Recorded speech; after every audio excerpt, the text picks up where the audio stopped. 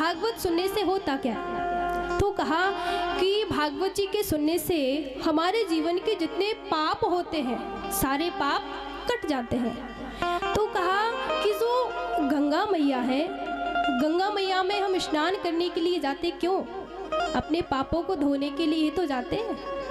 तो हमें एक बात बताइए कि श्रीमद् भागवत जी जो है उनको भी एक गंगा मैया का रूप प्रदान है।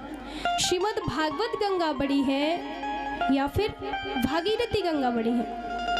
संतों ने कहा कि देखो, हम किसी को छोटा और बड़ा नहीं कहते हैं। संत किसी के अंदर कोई गलतियां नहीं निकालते, भले ही हजारों गलतियां होंगी, पर संतों की ये आदत होती है कि वो किसी के अंदर कोई गलती नहीं निकालते। तो कहा कि देखो, हम छोटा या बड़ा तो नहीं कह सकते, पर इतना जानते हैं कि जो भागीरथी गंगा है, वहाँ जाने से हमारे जीवन के सारे पाप तो धुल जाते हैं, पर अंतर इतना सा है कि जो भागीरथी गंगा है वहाँ पर हमें अपने बड़ौन कला से चल कर के प्रयागराज जाना पड़ेगा, तभी तो हम स्नान कर पाएंगे, है ना।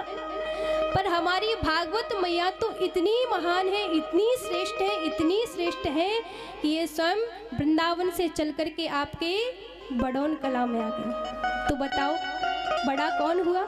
श्रीमद् भागवत जी बड़ी हुई ना।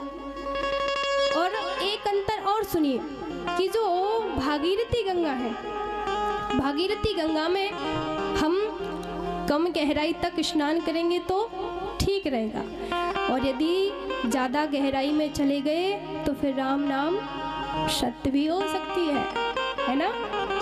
और भैया भागवत जी तो हमारी ऐसी है, इसमें तो जितनी गहराई से हम गोता लगा पाए उतनी गहराई से गोता लगा सकते हैं। इसमें हम जितना भाव से डूबेंगे उतने जल्दी हम परमात्मा को प्राप्त कर लेंगे। अंतर इतना सा है।